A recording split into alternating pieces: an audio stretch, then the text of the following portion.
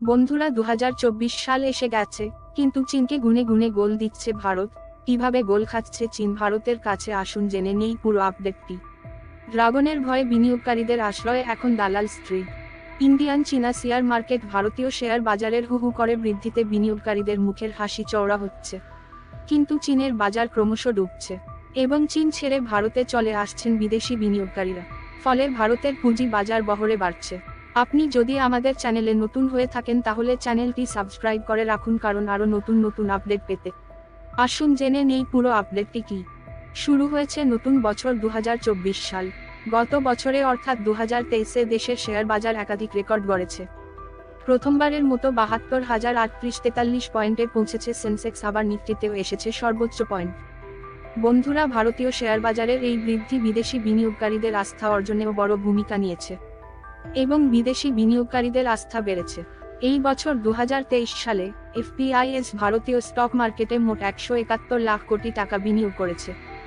বিদেশি বিনিয়োগকারীদের ক্রমবর্ধমান আস্থার ভিত্তিতে ভারতীয় শেয়ার বাজার 2023 সালে একটি নতুন রেকর্ড তৈরি করেছে ভারত এবং 2023 সালে সেন্সেক্স 73% লাফিয়েছে এবং নিফটি 18.5% লাফিয়েছে, যার কারণে শেয়ার বাজারের মার্কেট ক্যাপ বেড়েছে প্রায় 82 লাখ কোটি টাকা।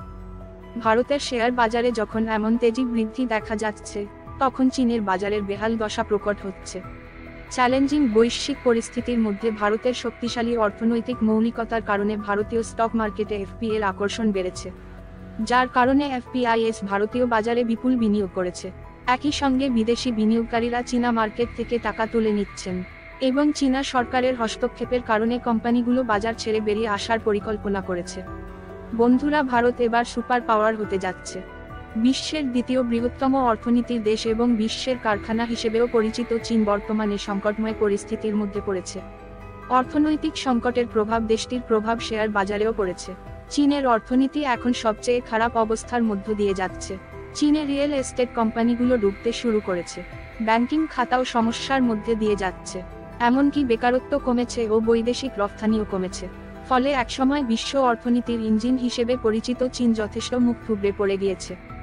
2023 সালে চীনের শেয়ার বাজারের পারফরমেন্স সবচেয়ে খারাপ ছিল। বন্ধুরা, 2023 সালে চীনের শেয়ার বাজারে বড় ধরনের পতন দেখা দিয়েছে।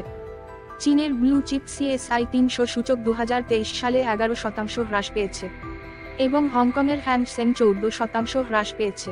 কিন্তু চীনা বাজারের এই পতন শি জিনপিং সরকারের উদ্বেগ বাড়িয়েই চলেছে। চাহিদা কম থাকায় দীর্ঘস্থায়ী মুদ্রাস্ফীতি ও বিদেশি কোম্পানি চীন ছেড়ে যাওয়ার সিদ্ধান্ত সেখানকার শেয়ার বাজারে বিরূপ প্রভাব ফেলেছে। ফলে দেউলিয়া হয়ে যাওয়া কোম্পানিগুলো চীনের স্টক মার্কেটে নেতিবাচক প্রভাব ফেলেছে। বন্ধুরা, আপডেটটি কেমন লাগলো কমেন্ট করে জানাতে পারেন।